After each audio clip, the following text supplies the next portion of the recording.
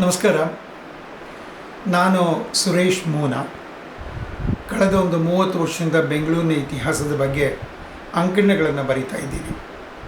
ಇತ್ತೀಚೆಗೆ ನನಗೆ ಕಂಟೋನ್ಮೆಂಟಿನ railway station ವಿಭಾಗದಲ್ಲಿ ಒಂದು ಕಮರ್ಷಿಯಲ್ ಕಾಂಪ್ಲೆಕ್ಸನ್ನು ಅಥವಾ ಅದನ್ನು ಕಮರ್ಷಿಯಲೈಸ್ ಮಾಡಬೇಕು ಅನ್ನೋ ಒಂದು ಉದ್ದೇಶ ಇದೆ. ಅದಕ್ಕೆ ರೈಲ್ವೆ ಡಿಪಾರ್ಟ್ಮೆಂಟ್ನವರು ನಮ್ಮ BBMPಗೆ ಪರ್ಮಿಷನ್ ಕೇಳಿದ್ದಾರೆ ಅನ್ನೋ ವಿಷಯ ಬಂತು. ಇದಕ್ಕೆ ನನ್ನ ವಿರೋಧವಿದೆ. ಜೊತೆಗೆ ಇದನ್ನು ಕಮರ್ಷಿಯಲೈಸ್ ಮಾಡಿದರೆ ಯಾವ ರೀತಿಯಲ್ಲಿ ನಮ್ಮ ಪರಿಸರ ಹಾಳಾಗುತ್ತೆ ಅನ್ನೋದ್ರ ಬಗ್ಗೆ ನನಗೆ ನೋವು ಇದೆ. ನಾನು ಬಹಳ ಸಂಕ್ಷಿಪ್ತವಾಗಿ 3 ಒಂದು ಪಾಯಿಂಟ್ಸ್ ಮೂಲಕ ನಿಮಗೆ ಈ ವಿಷಯವನ್ನು ಸ್ಪಷ್ಟಪಡಿಸ್ತೀನಿ. ಮೊದಲನೇದಾಗಿ ಕಂಟೋನ್ಮೆಂಟ್ ರೈಲ್ವೆ ಸ್ಟೇಷನ್ನು ಅಥವಾ ಕಂಟೋನ್ಮೆಂಟ್ಗೇ ಅದ್ಭುತವಾದಂಥ ಇತಿಹಾಸ ಇದೆ. 1800 ನಂತರ ಬ್ಲ್ಯಾಕಿಸ್ಟನ್ ಅನ್ನೋನು ಹಲಸೂರಿನ ಸುತ್ತಲೂ ಬಹಳ ಮರಗಳು ಕೆರೆಗಳು ಇದ್ದಿದ್ದರಿಂದ ಆ ಪ್ರದೇಶವನ್ನು ಕಂಟೋನ್ಮೆಂಟ್ ಮಾಡೋದಕ್ಕೆ ಆರಿಸ್ಕೊಂಡ್ರು. ಕಂಟೋನ್ಮೆಂಟ್ ರೂಪಿತವಾದ ಮೇಲೆ ಇಡೀ ಭಾರತದಲ್ಲೇ ಇರತಕ್ಕಂಥ ಕಂಟೋನ್ಮೆಂಟ್ಗಳಲ್ಲಿ ಒನ್ ಆಫ್ ದಿ ಬೆಸ್ಟ್ ಕಂಟೋನ್ಮೆಂಟ್ಸ್ ಅಂತ ಹೆಸರು ಸಹ ಬಂತು. ಅಷ್ಟೇ ಅಲ್ಲ, ಈ ಕಂಟೋನ್ಮೆಂಟ್ ರೈಲ್ವೆ ಸ್ಟೇಷನ್ ಇದೆಯಲ್ಲ, ಅದು ಬೆಂಗಳೂರಿನ ಒಂದು ಮತ್ತು ಭಾರತದ ಅತ್ಯಂತ ಪ್ರಮುಖ ರೈಲ್ವೆ ಸ್ಟೇಷನ್ಗಳಲ್ಲಿ ಒಂದಾಯಿತು.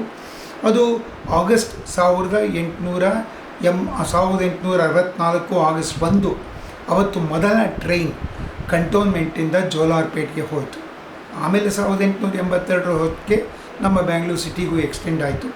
ಅಷ್ಟೇ ಅಲ್ಲ, ಈ ಸ್ಟೇಷನ್ಗೆ ಇನ್ನೂ ಏನೇನು ಇತಿಹಾಸ ಇದೆ ಅಂದರೆ, ಶ್ರೀ ರಾಮಕೃಷ್ಣ ಪರಮಹಂಸರು ಅವರ ಪತ್ನಿ ಮಾತೆ ಶಾರದಾದೇವಿಯವರು 1911ರಲ್ಲಿ ಇಲ್ಲಿ ಇಳಿದು ನಮ್ಮ ಬೆಂಗಳೂರಿನ ಬ್ರಿಟಂಪಲ್ ರೋಡ್ ಮಟ್ಟಕ್ಕೆ ಬಂದಿದ್ದರು. ಮಹಾತ್ಮ ಗಾಂಧಿಯವರು ಬಂದಾಗ ಈ ಸ್ಟೇಷನ್ ಹಿಡಿದಿದ್ರು. ಹೀಗೆ ಬಹಳ ದೊಡ್ಡ ಇತಿಹಾಸ ಹೊಂದಿರತಕ್ಕಂಥ ರೈಲ್ವೆ ಸ್ಟೇಷನ್ ಕಂಟೋನ್ಮೆಂಟ್. ಅಷ್ಟೇ ಅಲ್ಲ, ಈ ಕಂಟೋನ್ಮೆಂಟನ್ನು ರೂಪಿಸ್ಬೇಕಾದ್ರೆ ಮತ್ತು ಈ ರೈಲ್ವೆ ಸ್ಟೇಷನ್ ರೂಪಿಸ್ಬೇಕಾದ್ರೂ ಸುತ್ತಲೂ ಇರ್ತಕ್ಕಂಥ ಮರಗಳು ಇವುಗಳನ್ನ ಪರಿಗಣಿಸಿ ಈ ಸ್ಟೇಷನ್ನ ಮಾಡಿದರು. ಇವತ್ತಿಗೂ ನೀವು ರೈಲ್ವೆ ಸ್ಟೇಷನ್ ಮುಂಭಾಗದಿಂದ ಟುವರ್ಡ್ಸ್ ಮಿಲ್ಲರ್ಸ್ ರೋಡ್ ಕಡೆಗೆ ಒಂದು ಸಣ್ಣ ರೋಡ್ ಹೋಗುತ್ತೆ. ಎರಡೂ ಕಡೆಗಳಲ್ಲಿ ಎಷ್ಟೇ ಟ್ರಾಫಿಕ್ ಇದ್ರೂ ಮರಗಳಿವೆ.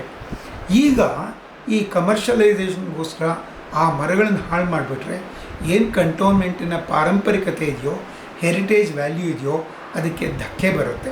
ಅದರಿಂದ ಈ ಒಂದು ಪ್ರಾಜೆಕ್ಟ್ ಏನಿದೆಯೋ ಅದನ್ನು ಕೂಡಲೇ ಕೈ ಬಿಡಬೇಕು ಅಂತ ನಾನು BBMP ಅವ್ರಿಗೆ ಈ ಪರ್ಮಿಷನ್ನ ನೀಡಬೇಡಿ ಅಂತಂದ್ಬಿಟ್ಟು ನಾನು ಮನವಿ ಮಾಡಿಕೊಳ್ತಾ ಇದ್ದೀನಿ.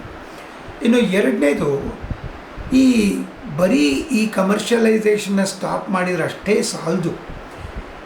ಈ ಕಂಟೋನ್ಮೆಂಟ್ ರೈಲ್ವೆ ಸ್ಟೇಷನ್ ಬಹಳ ಪಾರಂಪರಿಕವಾಗಿರ್ತಕ್ಕಂಥದ್ರಿಂದ ಇದನ್ನು ನಮ್ಮ BBMPಯಲ್ಲಿ ಒಂದು ಪರಂಪರೆಯ ಒಂದು ಡಿವಿಷನ್ ಅಂತ ಮಾಡಿಕೊಂಡು ಅವರೇನು ಮಾಡಬೇಕು, ಈ ಕಂಟೋನ್ಮೆಂಟಿನ ಸುತ್ತಮುತ್ತಲ ಪ್ರದೇಶವನ್ನು ಒಂದು ಹೆರಿಟೇಜ್ ಝೋನ್ ಅಂತಂದ್ಬಿಟ್ಟು ಡಿಕ್ಲೇರ್ ಮಾಡಿಬಿಡಬೇಕು. ಆಗ ಸುತ್ತಮುತ್ತಲೂ ಯಾವುದೇ ಒಂದು ಕಟ್ಟಡವಾಗಲಿ ಅಥವಾ ಏನೇ ರೀತಿ ಮರವನ್ನು ಕಡಿಯುವುದಾಗಲಿ ಈ ಒಂದು ಪಾರಂಪರಿಕತೆಗೆ ಧಕ್ಕೆ ಬರ್ತಕ್ಕಂಥ ಯಾವುದೇ ಒಂದು ಚಟುವಟಿಕೆ ಆಗಬಾರ್ದು ಅನ್ನೋ ಒಂದು ನಿಯಮ ಅಲ್ಲಿಗೆ ಬರಬೇಕು. ಮತ್ತು ಈ ಕಂಟೋನ್ಮೆಂಟ್ ರೈಲ್ವೆ ಸ್ಟೇಷನ್ದಲ್ಲೇ ಒಂದು ಭಾಗವನ್ನು ಹಿಂದೆ ವಿವೇಕಾನಂದರು ಬೆಂಗಳೂರಿಗೆ ಬಂದಿರೋ ನೆನಪಾಗಿ ಒಂದು ಎಕ್ಸಿಬಿಷನ್ಗೆ ಒಂದು ರೈಲಲ್ಲಿ ಇಲ್ಲಿ ಮಾಡಿದ್ದು ನನಗೆ ಚೆನ್ನಾಗಿ ಜ್ಞಾಪಕ ಇದೆ. ಹಾಗಾಗಿ ಒಂದು ಭಾಗವನ್ನು ಮೀಸಲಿಟ್ಟು ಅಲ್ಲಿ ಈ ರೈಲ್ವೆ ಸ್ಟೇಷನಿನ ಇತಿಹಾಸ, ಯಾವ್ಯಾವ ಮಹನೀಯರು ಇಲ್ಲಿಗೆ ಬಂದಿದ್ದರು, ಹೇಗೆ ಸ್ಟೇಷನ್ ಪ್ರಾರಂಭ ಆಯಿತು, ಅದೆಲ್ಲದರ ಒಂದು ಮ್ಯೂಸಿಯಮ್ನ ಇಲ್ಲಿಟ್ಟರೆ ನಿಜವಾಗ್ಲೂ ಆ ಕಂಟೋನ್ಮೆಂಟ್ ರೈಲ್ವೆ ಸ್ಟೇಷನಿನ ಇತಿಹಾಸವನ್ನು, ಪರಂಪರೆಯನ್ನು ಉಳಿಸ್ಕೊಂಡಾಗುತ್ತೆ. ಕಮರ್ಷಿಯಲೈಸ್ ಮಾಡ್ತಾ ಹೋದರೆ ಅದಕ್ಕೊಂದು ಮಿತಿನೇ ಇಲ್ಲ. ಬೆಂಗಳೂರಿನ ಎಷ್ಟು ಕಮರ್ಷಿಯಲೈಸ್ ಮಾಡಬೇಕು, ಕಮರ್ಷಿಯಲೈಸ್ ಮಾಡೋದಕ್ಕೆ ಎಷ್ಟು ಮರಗಳನ್ನು ಕಡಿಬೇಕು. ಈಗಾಗಲೇ ನಾವು ಶೆಕೆಯನ್ನು ತಡೆಯೋಕ್ಕಾಗದೇ ಇರೋ ರೀತಿಯಲ್ಲಿ ಆಗಿದೆ. ಒಂದು ಗ್ರೀನ್ ಸಿಟಿ ಅನ್ನೋ ಒಂದು ಹೆಸರನ್ನ ನಾವು ಹೀಗೆ ಕಮರ್ಷಿಯಲ್ ಮಾಡ್ತಾ ಅದನ್ನು ಅಳಸಾಕ್ಬಿಟ್ರೆ ನಮಗೂ ಬೇರೆ ನಗರಗಳು ಈ ಥರ ಹಾಳಾಗಿರ್ತಕ್ಕಂಥದ್ದಕ್ಕೂ ಏನು ವ್ಯತ್ಯಾಸ ಬರುತ್ತೆ. ಅದನ್ನು ನನ್ನ ಕಳಕಳಿಯ ಮನವಿ ಸಂಬಂಧಪಟ್ಟ ಅಧಿಕಾರಿಗಳಿಗೆ, ಈಗ the ball is in the court of BBMP, ಅವ್ರನ್ನ ದಯವಿಟ್ಟು ಇದಕ್ಕೆ ಯಾವುದೇ ರೀತಿಯ ಒಂದು ಅನುಮತಿಯನ್ನು ನೀಡಬೇಡಿ. ಅಷ್ಟೇ ಅಲ್ಲ, ಈ ಕಂಟೋನ್ಮೆಂಟ್ ರೈಲ್ವೆ ಸ್ಟೇಷನ್ನ ನೀವು ಹೆರಿಟೇಜ್ ಝೋನ್ ಆಗಿ ಪರಿವರ್ತಿಸಿ ಆ ಮರಗಳನ್ನು ಉಳಿಸಿ ಅವುಗಳು ನಮ್ಮ ಸೌಂದರ್ಯವನ್ನು, ಈ ಸ್ಟೇಷನ್ನಿನ ಕಂಟೋನ್ಮೆಂಟ್ ರೈಲ್ವೆ ಸ್ಟೇಷನ್ನ ಸೌಂದರ್ಯವನ್ನು ಹೆಚ್ಚಿಸುತ್ತೆ ಅನ್ನೋ ಒಂದು ಮನವಿಯನ್ನು ಮಾಡಿಕೊಳ್ತಾ ಇದ್ದೇನೆ.